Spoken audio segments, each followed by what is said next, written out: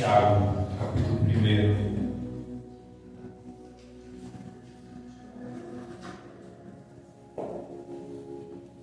Versículo 1. Fica mais para o final da Bíblia. Fica depois da carta que o apóstolo Paulo escreveu aos Hebreus. A Epístola Universal de Tiago. Os irmãos podem sentar-se? Glória a Deus.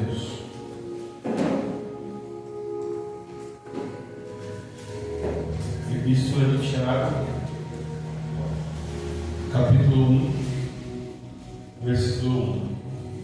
Enquanto se procuram, encontram. Os que já acharam, podendo orar, orem comigo. Amém?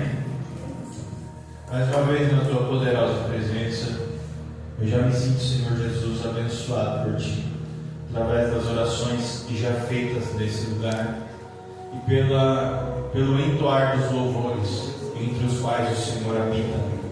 Eu ainda faço um pedido a Ti, que fales conosco, não aquilo que nós queremos ouvir, mas sim aquilo que nós precisamos escutar.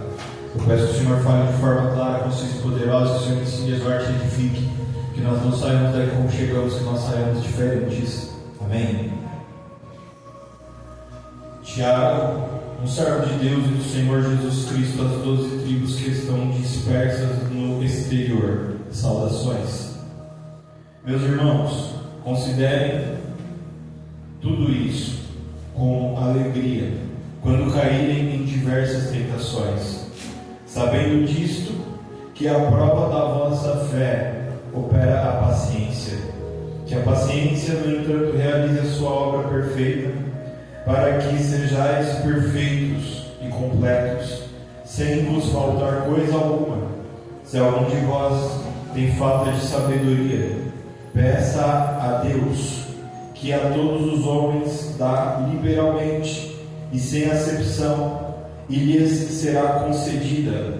Mas peça-a com fé, não hesitando, porque o que hesita é como a onda do mar, que é levada pelo vento e lançada de uma para outra parte.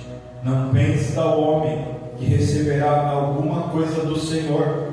O homem indeciso é instável em todos os seus caminhos. Amém? Glória a Deus.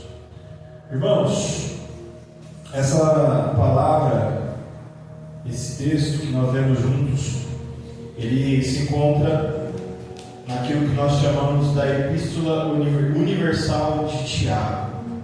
Por que Epístola Universal? Esse é um apóstolo de Jesus Cristo, considerado por muitos irmão de sangue de Jesus. Esse Tiago, ele faz parte daqueles discípulos que andaram com Jesus, e ele se torna um apóstolo de Cristo. E ele tem autoridade, porque por ter estado tão perto do Senhor Jesus, assim como Pedro, Tiago, João e tantos outros, ele recebe esses ensinamentos diretos de Jesus, o próprio Cristo encarnado. Ele vê a ressurreição, Jesus sendo assunto ao céu. Então aquilo que sai da boca dessas pessoas tem um peso diferente nessa época. Ele manda uma carta diferente das cartas que o apóstolo Paulo escreveu, que tinham um destino. A carta aos Romanos foi escrita para a igreja que estava em Roma. A carta aos Gálatas para a igreja da Galácia. A carta dos Efésios para a igreja de Éfeso e assim por diante. Nós temos essa característica. É uma única carta escrita para todas as igrejas daquela época. Ela tem mensagens que servem para todas aquelas pessoas. E ela tem uma semelhança com o todo da Bíblia. Eu observo a Bíblia como um livro que também é espiritual. Ou seja, se você ler o mesmo versículo todos os dias esse versículo vai te dizer algo diferente. O mesmo versículo lido por pessoas diferentes terá significado para cada uma dessas pessoas. E isso não é magia, mas isso é o poder de Deus. É um livro que foi escrito há tantos anos e ele é tão atual e nele nós encontramos previsões, inclusive, para aquilo que há de vir. Nós encontramos na Bíblia previsões para o futuro. Então é um livro que ele foi escrito contando histórias que aconteceram antes dele ser escrito. Ele serviu para as pessoas naquele momento que aquela história estava sendo escrita, e ele vem até nós como um livro não apenas atual, mas que também trata dos próximos passos, que trata do futuro. E esse texto da Epístola Universal de Tiago, que fala de fé e sabedoria, ele é para tratar o nosso passado, aquilo que aconteceu, aquilo que se passou na nossa vida. Porque hoje nós somos o resultado dos dias que se passaram sobre nós. Nós somos resultado das histórias que nós vivemos. Esse texto ele serve para tratar o nosso dia de hoje, o nosso presente, como está a nossa vida, como nós estamos agindo dentro desse culto, como foi essa nossa semana, qual é a nossa perspectiva para o nosso agora. Esse texto ele se aplicará no nosso futuro, para os nossos planos, aquilo que nós entendemos que poderá acontecer nas nossas vidas. E eu quero começar essa pregação dizendo a respeito da sabedoria. E quando o apóstolo Tiago escreve a todas as igrejas, logo no começo do seu livro, tratando a respeito da sabedoria, ele está trazendo, ele está evocando, ele está trazendo a presença daquele que está recebendo essa palavra, a importância que a Bíblia, a palavra do Senhor, ela dá a essas duas palavras, fé e sabedoria. Nós vamos encontrar um apontamento da pessoa do próprio Deus, desde o Gênesis até o último livro que nós vamos chamar de Revelação, que é o Apocalipse. A Bíblia está o tempo todo tratando de fé e tratando de sabedoria. Então, se nós temos Jesus Cristo como nosso Senhor, nós precisamos ter fé, nós precisamos ter sabedoria. E essas coisas não são naturais nossas, pelo contrário, elas são contraintuitivas. Nós precisamos obter fé, nós precisamos adquirir sabedoria, nós precisamos querer ter fé, nós precisamos querer ser sábios, porque de forma natural nós não alcançamos nenhuma dessas coisas. Nós precisamos ser intencionais nisso que para Deus é tão importante. Porque se eu dou importância para aquilo que é importante para Deus, eu vou chamar a atenção de Deus. O Senhor nos chama, cada um de nós aqui nessa terra, para que nós executemos o seu querer e a sua vontade. Ele poderia fazer por Ele mesmo? Sim, Ele poderia. Ele poderia fazer de outra forma? Sim, Ele poderia. Mas Ele escolheu, Ele optou, Ele decidiu que acontecesse a vontade dEle através de nós. Para isso nós fomos criados. E Ele nos deu, inclusive, a opção de fazer ou não a vontade dEle. E se nós quisermos fazer a vontade dEle, então a vontade dEle será completa. Porque Deus, muito embora nos tenha criado, Ele não nos proclamou, Ele não nos fez como objetos, Ele não nos fez como animais sem inteligência. Ele nos deu inteligência. E a inteligência que Deus nos deu nos torna semelhantes a Ele. Porque Deus fez o mundo conforme o seu querer e segundo a sua vontade. Então, se Ele nos tem como filhos, nós também vamos fazer coisas conforme o nosso querer e segundo a nossa vontade.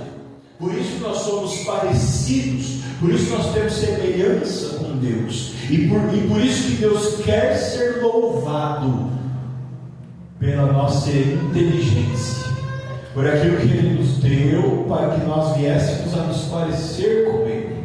E Ele escolheu que fosse dessa forma. E o caminho pelo qual nós vamos assumir, nós vamos tomar posse da nossa filiação com Deus é através da sabedoria. Porque Deus é sábio, glória a Deus. Então, muito embora eu tenha dito que a sabedoria ela não é natural, Deus nos deu o poder para adquiri-la. Ele não nos dá a sabedoria, mas Ele nos dá condições de buscá-la, de conquistá-la. E a partir do momento que nós obtemos, conquistamos a sabedoria, nós assumimos a titularidade da nossa filiação com Deus. Nós assumimos que queremos ser como Deus, mas não como Satanás, que o fez por usurpação, segundo o que a palavra descreve, mas sim assumindo um direito que é colocado à nossa disposição. Então, quando eu assumo a minha filiação com Deus, eu estou reclamando um direito que foi me dado. Nós vivemos numa sociedade onde nós temos direitos e deveres. Todo mundo reclama os seus direitos, mas não quer saber dos seus deveres. Nós temos direitos, mas perante a lei dos homens, esses direitos são nossos a partir do momento que nós reclamamos o nosso direito. Vou dar um exemplo. Imagine que você comprou um terreno. Daqui a pouco você mora em outro lugar, você comprou aquele terreno ali e ele é seu. Então você não tem muita satisfação para dar para ninguém. Se você vai terraplanar, se você vai morar, se você vai construir, se vai vender, você não tem satisfação para dar. Então você comprou aquele terreno e você deixou ele lá. E aí o mato começou a crescer, os vizinhos começaram a observar que aquele terreno, ninguém vai lá para cuidar dele, e dali a pouco alguém invade o seu terreno. Mas você comprou aquele terreno é seu, você tem a propriedade daquele terreno. Como que é dada a propriedade daquele terreno? Através de um documento, sim ou não? Na Escritura está escrito, parece redundante, né? Na Escritura está escrito que você tem a titularidade da propriedade. Só que o direito humano, ele trata sobre duas coisas que se confundem, que é a propriedade e a posse. A propriedade, ela fala de possuir, ser dono. Aquele pedaço de terra é meu. Só que a posse, ela fala do uso. Glória a Deus. Então eu posso ter a propriedade e alugar a posse. Eu posso ter a propriedade e conceder a posse. Eu posso ter a propriedade e eu posso perder a posse. Glória a Deus. Porque a partir do momento que eu adquiro, que eu compro, eu tenho direito de propriedade.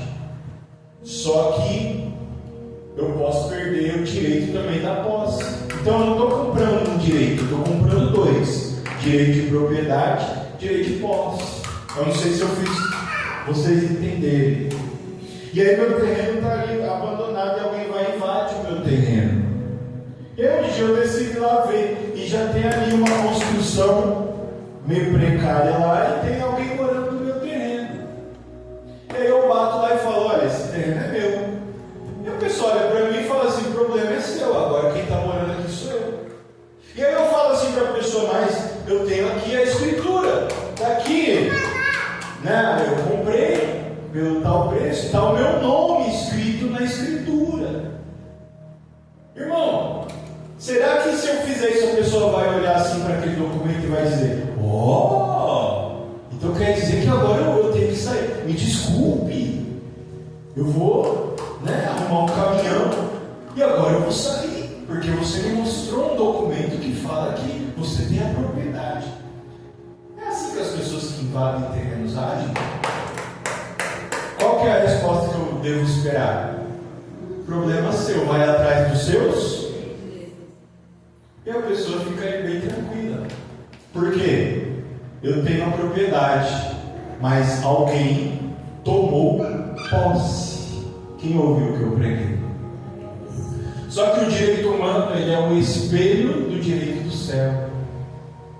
Porque através da sabedoria, Deus deu condições dos homens se organizarem. Então muita coisa do direito humano se parece com o direito divino.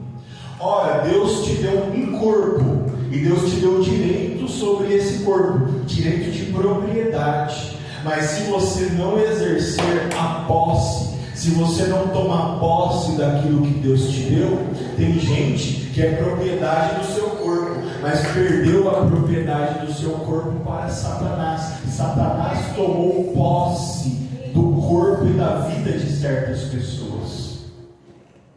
Às vezes a gente não entende outras religiões, porque a gente olha de fora. Mas através da Bíblia Sagrada tem um versículo que diz assim: o que é espiritual tudo discerne, e de ninguém é discernido. Irmãos, tem religião, sem criticar, isso é uma característica, que você tem que beber sangue de animal sacrificado. E aí o Espírito fala assim: olha, você chega lá e faz um pedido. Eu quero acabar com o casamento de fulano de tal. Aí o Espírito fala assim: olha, você tem que pagar esse preço, só que você tem que beber o sangue do animal enquanto ele ainda está vivo. Tem que beber o sangue dele olhando para ele. Alguém vai mentir para essa pessoa e vai falar assim: olha, o Espírito quer beber o sangue, então você vai ter que beber, e através de você o Espírito vai beber o sangue. Irmão, quem está bebendo sangue? É a pessoa ou é o Espírito? É a pessoa, porque Espírito não tem corpo. Se o Espírito quiser beber alguma coisa, ele não vai conseguir, porque ele não tem um corpo. Então ele faz alguém beber, e é a pessoa que está bebendo, não é o Espírito. Então o efeito daquele sangue de animal vai fazer efeito no corpo da pessoa. O Espírito não vai matar a sede dele, ele vai humilhar aquela pessoa, ele vai fazer aquela pessoa descer, ele vai sentir prazer de humilhar a criação de Deus, porque foi Deus que deu o corpo daquela pessoa. Eu estou dando um exemplo aqui de propriedade e de posse. Então, se eu comprei um terreno, o que eu tenho que fazer com o terreno que eu comprei? Eu tenho que cuidar dele. Ainda que eu não vá imediatamente morar, mas eu tenho que ir lá carpinar o mato, eu tenho que murar ele, eu tenho que ir lá olhar para ver se não tem ninguém de olho no meu terreno, eu tenho que ir lá conhecer os vizinhos. Se eu for uma pessoa simpática, uma pessoa que tenha tempo para isso, eu vou até fazer amizade com os vizinhos, eu vou falar: olha, está aqui o meu terreno, você pode dar uma olhada para mim, qualquer coisa você me dá uma ligada, eu venho, meu número é esse. Por quê? O que é isso, igreja? Eu estou assumindo responsabilidade sobre aquilo que é o quê? A minha propriedade. Tu comprou um carro. Aí o carro é meio velhinho. Quem é que já comprou um carro velho sabe que você vai ficar amigo do mecânico. Aí você não tem muita experiência, você deixou seu carro lá no mecânico. Alguém falou: leva lá no fulano da esquina, deixa seu carro lá, que está com os barulhos, está com as falhas, está com um cheiro forte de gasolina. Aí você levou lá, o cabra falou, você deu a chave na mão dele. Ele falou: daqui uma semana eu entrego o seu carro, eu vou pedir as peças, vai chegar e não sei o que. Tá bom. Aí você vai para a sua casa, passa uma semana, você volta na mecânica, na oficina.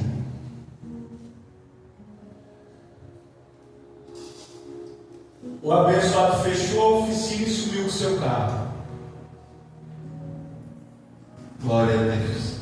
Alguém aqui já ouviu falar disso? Aí você sai perguntando, às vezes o dono do salão mora em cima, não, acabou o contrato, ele foi embora. Aí como é que eu acho ele? E liga para um e vai na casa do outro e não acha que o fulano sumiu com o seu carrinho velho lá que você comprou. Eu estou dando exemplo real, eu vi uma notícia dessa essa semana. Irmão, o que esse mecânico fez com esse carro? Alguém que sabe dar o nome? Pode falar alto. O que ele fez? Ele roubou? Todo mundo concorda que ele roubou? O que ele fez com esse carro? Mais alguém? Dou-lhe uma. Eu também achava que ele tinha roubado. Mas segundo a lei dos homens aqui no Brasil, sabe o nome do que ele fez? apropriação indevida. Não é nem roubo nem furto, sabe por quê? A moça deu a chave na mão dele. Não é considerado roubo. Ele não pode ser preso por causa disso. Ele não precisa nem devolver o carro se ele não quiser. Sabe por quê? Porque ela deu a chave de livre e espontânea. Olha a dor de cabeça que ela vai ter para recuperar o carro. Já parou para pensar nisso? Como a nossa falta de conhecimento faz com que a gente corra riscos enormes. Irmão, a gente paga 7, 14, 21, 42, 54, 108 mil reais num carro. Se você deixar numa oficina e alguém sumir com o seu carro, essa pessoa não vai ser acusada nem de roubo e nem de furto. É apropriação indevida. Você que convence a pessoa a te devolver um carro. Sabe o que é isso, igreja? Conceito de propriedade e de posse. Se for seu e você de livre e espontânea vontade colocar na mão de alguém, você está transferindo o direito de uso. Quem aqui ouviu o que eu estou pregando? Sabe por que eu estou trazendo as nossas vistas, todos esses conceitos? Porque nós precisamos refletir. O que é aquilo que de graça Deus me deu? Porque se Deus me deu, Ele me deu o direito. Então, sem que eu merecesse, ou sem que eu pagasse o devido preço, Deus me deu tanto a posse quanto a propriedade. Glória a Deus. E qual que é a estratégia do diabo? Fazer com que eu não preste atenção, com que eu não cuide daquilo que Deus me deu, para que se Ele não consiga me tomar a propriedade, Ele consiga me tomar pelo menos a posse. O diabo, ele quer tomar posse daquilo que Deus te deu, seja material, seja físico ou seja espiritual. Poxa, irmão, a gente luta tanto para ter o que a gente tem, e eu não estou falando apenas de coisas materiais. É muito difícil você conseguir construir os relacionamentos que você tem, seja com seu pai, com sua mãe, com seus filhos, com seu cônjuge, com as pessoas onde você trabalha. Cada relacionamento foi construído ao longo de muito tempo, resolvendo problemas, aguentando muita coisa, suportando muita coisa, as pessoas te aguentando, te suportando. É assim que nós construímos relacionamentos. E de repente a gente abre mão das nossas conquistas.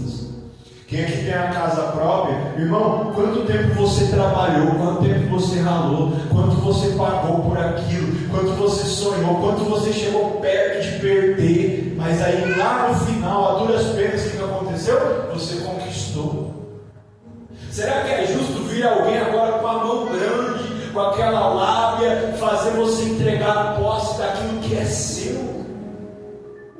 Só que nós precisamos aprender algo que nós só podemos aprender com o Espírito Santo, nós só podemos aprender com Deus. Sabe o que é? A gente está sempre preparado para dar tudo errado, a gente está sempre preparado para o pior, mas a gente precisa entender que se você lutar e tiver fé com Cristo, você vai vencer. E se você vencer, você tem que desfrutar. Quem aqui está ouvindo o que eu estou pregando?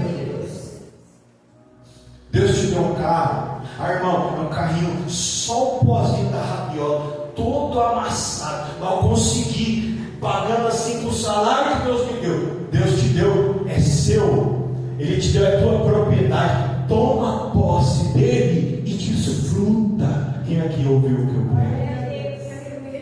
Deus te deu uma casa, é pequenininha, o bairro é difícil, os vizinhos é endemoniado. Irmão, Deus deu. Toma posse e desfruta. Quem é que ouviu o que eu estou pregando? A tua família, eu já preguei isso aqui, falei até do desenho animado, é torta, é esquisita, mas eu consegui sozinho.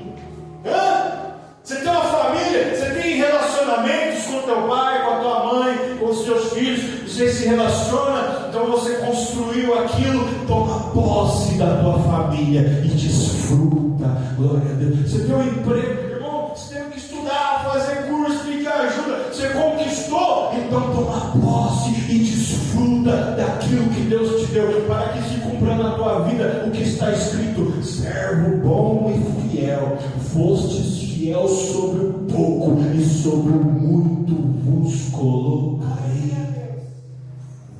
Só que nós não vamos alcançar isso se nós não tivermos sabedoria. O rei Salomão, ele vai tratar da sabedoria, e ele dedica um livro inteiro à sabedoria, a saber, o livro dos provérbios do rei Salomão. E num curso desses que eu fiz quando eu decidi mudar de profissão, era um curso que falava de lógica, pensamento lógico. E uma frase que faz parte do pensamento lógico é uma pergunta que, enquanto eu pensava nela, Deus me abriu a mente para algo que eu vou dividir com você agora. Irmãos, olha a pergunta que eu vou te fazer. Eu tenho pouco tempo, então eu peço que você preste atenção e pense nessa pergunta e tente responder ela dentro da sua cabeça. Quando, em que situação que 2 mais 2 não é 4? Vou te dar um segundo para você pensar nisso. Tem um momento onde 2 e 2 não é 4. Eu quero que você pense, porque a resposta está diante de você, e a resposta faz parte do pensamento lógico. Sabe quando que eu vou responder? Porque, como eu disse, eu tenho pouco tempo, mas eu levei alguns meses pensando nisso. Sabe quando que 2 mais 2 não são 4? Quando a conta 2 e 2 não é 4, quando a conta está errada. Porque 2 mais 2 é igual a 4. Ou seja, só um resultado é possível. Tudo que você colocar como resultado dessa conta que não for 4, está o quê? Errado. E refletindo sobre essa pergunta que um dia um professor me fez, sabe o que eu entendi? Que às vezes a gente fica tentando de um jeito, tenta de outro, e vai tentando, e a gente se desgasta, e a gente se cansa das coisas, por não entender, sabe o quê? Que só existe uma resposta, só existe um caminho. Tudo que você for fazer na sua vida, só existe um caminho certo, todos os outros estão errados.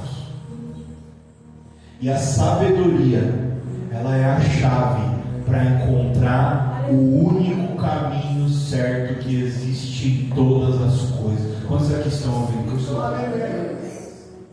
Alguém que não tem sabedoria, meu irmão, fica dando murro em ponta de faca, fica construindo um relacionamento quebrado, fica investindo dinheiro em coisa que não vai dar retorno, fica se desgastando, adoecendo, e fica adoecendo as pessoas que estão à sua volta. Sabe por quê? Porque todas as outras alternativas estão erradas. É muito mais fácil você gastar a sua vida naquilo que está errado do que naquilo que está certo, porque aquilo que está certo é um só no meio de muitos erros. Se eu pôr o número 3 na conta 2 mais 2, está errado. Se eu pôr o número 1, está errado. Se eu pôr o número 1 milhão, está errado. Olha quantas chances eu tenho de errar. Qual que é a única chance que eu tenho de acertar? Eu só tenho uma. E é por isso que o Senhor nos entrega, e Ele fala: busque pela sabedoria. Sabe por quê? A sabedoria não vai deixar você perder tempo. A sabedoria não vai deixar você se desgastar. A sabedoria não vai deixar você ficar atolado no erro. A sabedoria sempre vai apontar para quê? Para aquilo que está certo, para aquilo que é verdade, para aquilo que é o único caminho. É por isso que está escrito aqui que Jesus diz assim nos evangelhos: eu sou o caminho, a verdade e a vida. Ninguém vem ao Pai a não ser por mim. As pessoas vão tentar ir ao Pai por Baal, por Acera, vão tentar ir a Baal por essa e por aquela religião. religião, vão tentar ir ao céu, vão tentar ir a Deus, pagando dinheiro, fazendo tudo, mas só Jesus é o caminho. Só tem um caminho. Sabe por que tem muita coisa dando errado na tua vida? Porque a conta é 1 mais 1, mas você está achando que o resultado é 2,75. Você está colocando lá embaixo da conta 2,35. Você está colocando 1,9999. Mas Jesus está falando com alguém aqui nessa noite. Tem um jeito da tua vida dar certo. Quem é que ouviu o que eu estou falando? Aleluia. Tem um caminho para você andar. Tem um caminho para você seguir. E aí eu preciso te fazer mais uma pergunta nessa noite. Glória a Deus. Você sabe qual o caminho que você tem que pegar no teu emprego?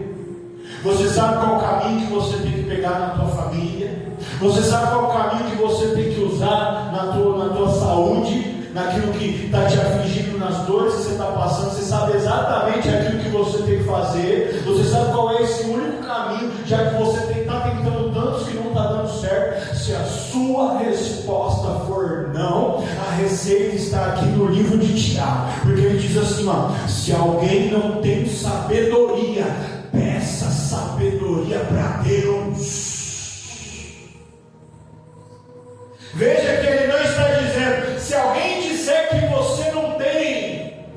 Não, ele está dizendo, se você perceber que você não tem. Porque a gente acha que a gente sabe das coisas.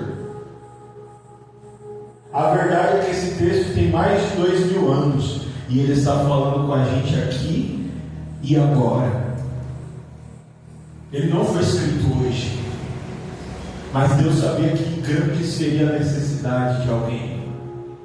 Então, se você olha para a sua vida e fala, Deus, eu estou errando, e eu não faço ideia de como eu preciso acertar, o apóstolo Tiago está dizendo, se alguém perceber que não tem sabedoria. Como que eu percebo que não tem sabedoria? Ué, a palavra está dizendo que eu tenho que ser abençoado, e eu estou sendo amaldiçoado, eu preciso que Deus me dê sabedoria.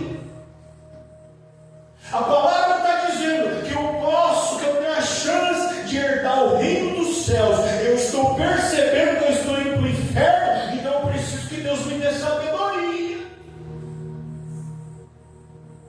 A palavra diz assim, tem um versículo que diz, segui a paz com todos e a santificação, sem a qual ninguém verá o Salvador. Mas na minha vida só tem contenda, eu não consigo ter paz com ninguém, ninguém tem paz comigo, então eu estou precisando de ter sabedoria. E aí o apóstolo Tiago diz, peça. Se você percebeu que você não tem, meu irmão, Deus está fazendo um filtro grande aqui. Porque para alguém olhar para si e entender que não tem sabedoria, é porque essa pessoa já foi visitada pelo Espírito Santo. E sabe o que o Espírito Santo faz? Você não é tudo isso que você pensa que você é. Ué, não está escrito que ele convence o homem do seu pecado? O Espírito Santo, quando ele chega, ele olha para mim, ele olha para você, coloca um espelho na nossa frente e diz, você não é tão bom quanto você pensa que você é. Você não está fazendo tão bem quanto você pensa que você está fazendo. Você não é tão poderoso como você pensa que você tem poder. Você não é tão melhor do que as pessoas que você pensa que você é melhor que elas. Então a pessoa que já recebeu a visita do Espírito Santo, ela vai olhar para si e vai dizer, eu não tenho a sabedoria que eu pensei que eu tinha. Talvez eu estou andando num caminho e talvez eu tenha que pegar a contramão e voltar para trás da onde que eu estava indo. Eu não sei, meu Deus, agora o que eu tenho que fazer da minha vida. Eu preciso que o Senhor me dê uma direção. É isso que é pedir sabedoria. É entender que talvez você está fazendo tudo errado, porque Deus não está aí. Quem está é você. Sabe como eu sei que o Espírito Santo ainda não chegou na minha vida? Sabe como eu sei que o Senhor ainda não enviou o Espírito Santo Consolador para que eu possa pedir sabedoria? Quando eu olho para a minha vida e digo, mas eu trabalho tanto. Por que quem trabalha menos do que eu tem mais do que eu? O Espírito Santo não chegou. Sabe como eu sei que o Espírito Santo não chegou? Mas eu me cuido tanto, eu presto atenção no que eu como, eu vou no médico e eu não tenho saúde. Por que quem não se cuida tem a saúde melhor do que a minha? Por que o bruxo, o ímpio, o pai de chiqueiro tem e eu crente aqui orando, jejuando, cuidando da minha família? Por que eu não tenho? O Espírito Santo não chegou. Sabe como eu sei que o Espírito Santo não chegou? Porque o homem, meu irmão, ele tem que tomar cuidado para não achar que ele merece alguma coisa. Sabe o que a gente merece? Pela Bíblia, um lago de fogo e enxofre. É isso que a gente merece. E qualquer um que achar que merece mais do que isso é porque não conhece Jesus. Porque mesmo eu e você merecendo um lago de fogo e enxofre, ele foi lá, morreu, pendurado numa cruz, sangrando, para nos dar acesso, para nos dar direito, para nos dar propriedade, para nos dar posse, através de reconhecermos o seu sacrifício. Quantos aqui estão ouvindo isso? Então, quando eu tenho isso em mente, eu nunca vou para o pé do altar exigindo que Deus abençoe alguém tão bom que ainda não foi abençoado. Quem é que ouviu o que eu preguei? Porque se for para você chegar no pé do altar querendo jogar algo na face do Senhor, é melhor você não ir. Mas se for para você chegar no pé do altar dizendo assim, Senhor, nada do que eu tenho eu mereço, eu só tenho porque o Senhor teve misericórdia de mim. Então, por causa da tua misericórdia, me dá essa bênção, me dá essa vitória, porque eu sei que o Senhor colocou esse desejo no meu coração. E se o Senhor colocou esse desejo no meu coração, é porque o Senhor quer ser honrado através da minha vida. Ah, meu irmão, não demora e a tua vitória vem. Essa é a sabedoria. E aí o apóstolo vai dizer, se alguém não tem, peça. Você não sabe o que você está fazendo na sua vida, você não sabe qual direção que a sua vida está tomando, meu irmão, está na hora de você entrar em intimidade com Deus. E aí quem estava prestando atenção, porque igreja, culto, é um lugar onde a gente tem que chegar atento. Repita isso comigo, atento. Eu tenho uma cachorrinha lá em casa, ela fica na sala de casa, ela tem as orelhinhas em pé. Às vezes tem gente na cozinha e tem gente lá no quarto, lá no fundo, e ela está na sala. Aí as orelhinhas dela ficam assim, uma na sala, outra na cozinha. Ela mexe as orelhas, porque ela está prestando a... Irmão, a gente, igreja é um lugar onde você chega mexendo as orelhas, prestando atenção em tudo que está acontecendo. Quem é que está ouvindo o que eu estou pregando? Quem é que tem bichinho em casa já entendeu. Porque quando a gente chegou aqui, a palavra devocional estava ensinando a igreja a orar.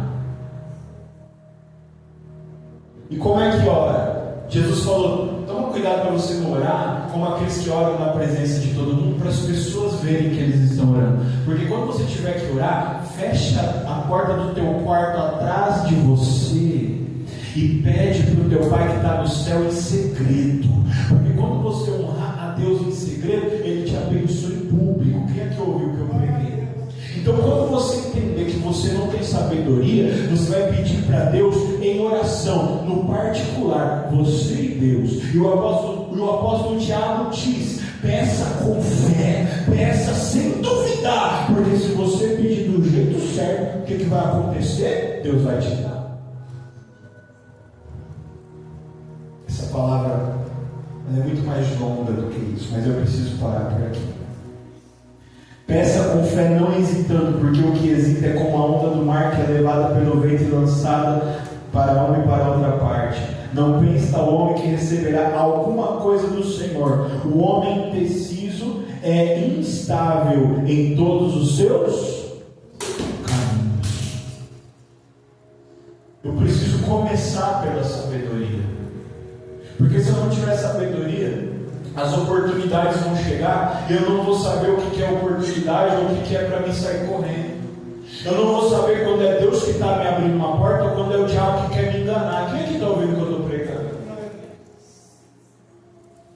Comece a pedir sabedoria para Deus. E está escrito, não sou eu que estou dizendo, se você pedir com fé, se você pedir sem duvidar, Deus vai te dar a decisão, Deus vai te dar o caminho, Deus vai te dar a estrutura e você vai andar pelos caminhos do Senhor. Amém? Eu agradeço a oportunidade, as palmas são para Jesus.